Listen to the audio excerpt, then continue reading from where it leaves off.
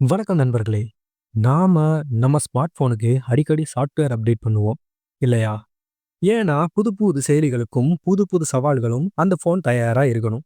அதே மாதிரி 2025ஆம் ஆண்டுல நாம சந்திக்க போற சவால்களும், நம்ம மனசுங்கிற சாஃப்ட்வேர நாம அப்டேட் பண்ண வேண்டிய நேரம் வந்துருச்சு.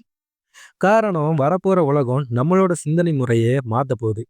அது எப்படின்னு ஒரு உளவியல் பார்வையில இன்னைக்கு பார்க்க போறோம்.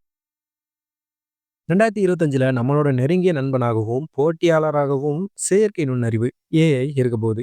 ஏற்கனவே அது நம்ம வாழ்க்கைக்குள்ள வந்துருச்சு. ஆனா இனிமே நம்ம வேலை பார்க்குற இடத்துல, நம்ம முடிவுகள்ல இது இன்னும் ஆழமா உள்ள வரும். அப்ப நம்ம மனசுக்குள்ள 2 விதமான கேள்விகள் எழும். என் வேலைக்கு ஆபத்து. என்ன விட இது நல்லா வேலை செய்யுமா? இன்னொரு கேள்வி அ என்னவா இருக்கும்? அப்படின்னு இன்னொரு கேள்வி கேட்டீங்கன்னா, நான் பார்க்குறது உண்மையா? பொய்யா? ஏன்னா ஏஐ உருவாக்குற படங்களையும், வீடியோக்களையும், செய்திகளையும் நிஜத்துல இருந்து பிரிக்கிறது ரொம்ப கஷ்டமா இருக்கும். இதனால நம்ம மூளை ஒரு விதமான நம்பிக்கை குழப்பத்துல தள்ளப்படும். யார நம்புறது? எத நம்புறதுன்னு தெரியாம ஒரு விதமான மன அழுத்தத்துக்கு தள்ளப்படுவோம். இப்பவே நம்மகிட்ட பொறுமை குறைஞ்சுக்கிட்டே வருது. ஒரு வீடியோ லோட் ஆக 10 செகண்ட் ஆனா கூட நமக்கு டென்ஷன் ஆகுது. 2025 தகவல்களோட வேகம் இன்னும் பல மடங்கு அதிகமாகும்.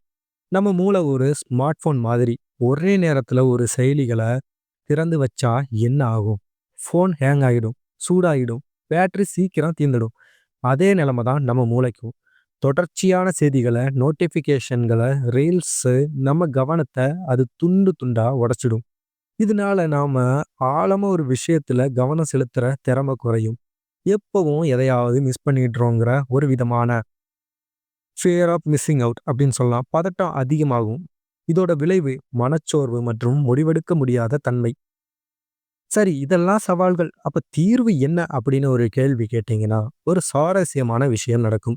டிஜிட்டல் உலகம் எவ்வளவு செயற்கையாகவும், வேகமாகவும் மாறுதோ, அந்த அளவுக்கு நிஜ உலகத்தோட மதிப்பு அதிகமாகும். மக்கள் உண்மையான அனுபவங்கள தேட ஆரம்பிப்பாங்க. அதாவது 1 மணி நேரம் ஃபோன ஓரமா வச்சுட்டு, ஒரு நண்பர் கூட நேருக்கு நேரா பேசுறது மதிப்பு அதிகமாகும். ஒரு பார்க்ல சும்மா நடக்கிறது, நம்ம கையால ஒரு செடிய வளர்க்கிறது, ஒரு புத்தகம் படிக்கிறது. இந்த மாதிரி சின்ன சின்ன நிஜமான விஷயங்கள நம்ம மனசுக்கு பெரிய நிம்மதி கொடுக்கும்.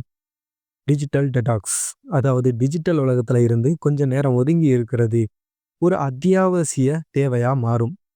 நண்பா, வரப்போற உலகம் டெக்னாலஜியில ஆனதுதான். அத நம்மளால தடுக்க முடியாது. ஆனா அந்த டெக்னாலஜி நம்மள ஆளணுமா? இல்ல நாம அத ஆளணுமான்னு நாம தான் முடிவு பண்ணணும். நம்ம மனசோட ரிமோட் கண்ட்ரோல் நம்ம கையில தான் இருக்கணும். செயற்கை நுண்ணறிவு கண்டு பயப்படாம அதை ஒரு கருவியா மட்டும் பயன்படுத்துவோம். தகவல் வேகத்துல மூழ்கி போகாம நமக்கு என்ன தேவையோ அதை மட்டும் எடுத்துக்குவோம். எல்லாத்தையும் விட முக்கியமா நிஜமான மனித உறவுகள், நிஜமான அனுபவங்களுக்கு அதிக நேரம் கொடுப்போம். இதுதான் 2025 மிக முக்கியமான மென்டல் அப்டேட். 2025 உங்க மனநலத்தை பாதுகாக்க நீங்க எடுக்க போற ஒரு சின்ன முடிவு என்ன? மறக்காம கீழே கமெண்ட்ல சொல்லுங்க. நாம எல்லாரும் சேர்ந்து இந்த புதிய உலகத்துக்கு தயாராவோம்.